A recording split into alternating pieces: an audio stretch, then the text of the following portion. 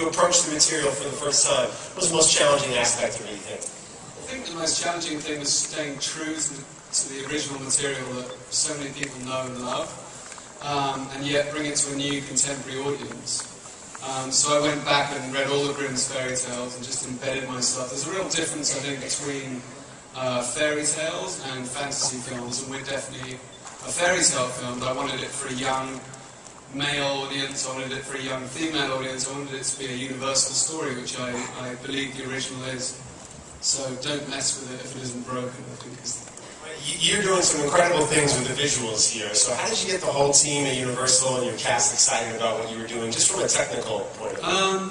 The first thing we did is we went out and shot a trailer for really what the film would be like. It's very hard to describe this kind of film, so a few of us got together and went out to actually Disney Ranch, and we spent a couple of days shooting really what is the trailer that you see in the cinemas, but we did it with a bit more money. We couldn't afford a horse, so we just had people kind of going like that, and we had one suit of armour, so we had to kind of keep shooting it from different angles. But you know, when we showed it to the studio, they were like, okay, we understand what you're doing now, we understand what this film can be, and you know, you had 12,000, now here's a lot more, go and make a big version of it.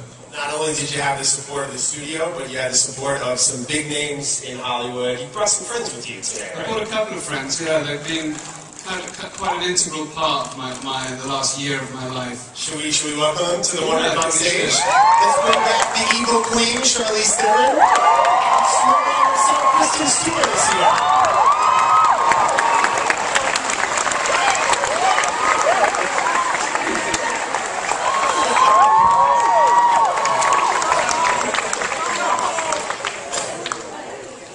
Alright guys, let's start with you, Kristen.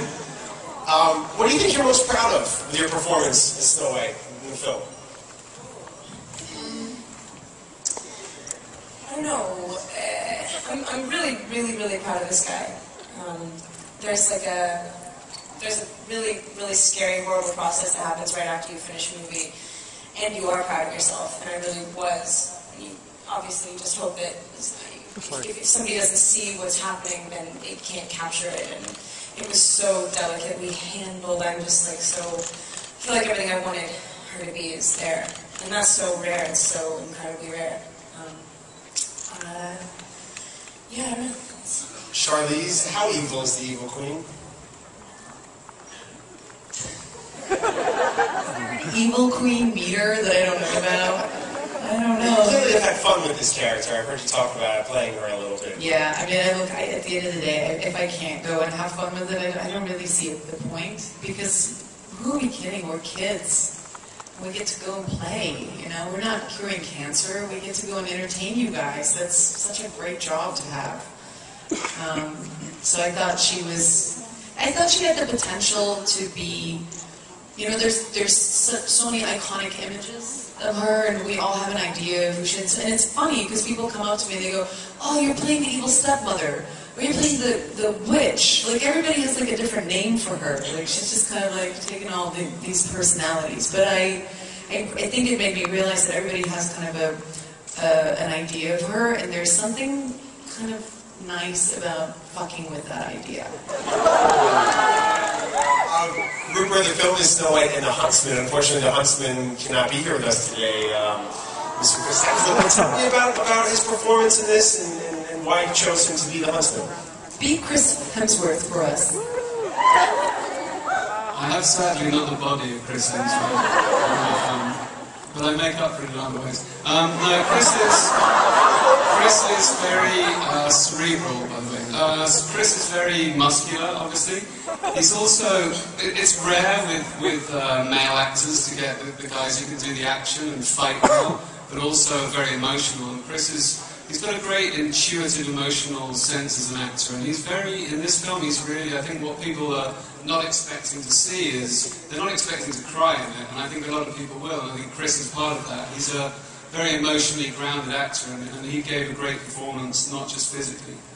Kristen, we were talking before, and you saying you were very proud of how physical the performance is. How intense were some of the stunts and some of the battle scenes for you in this? I hurt myself a lot.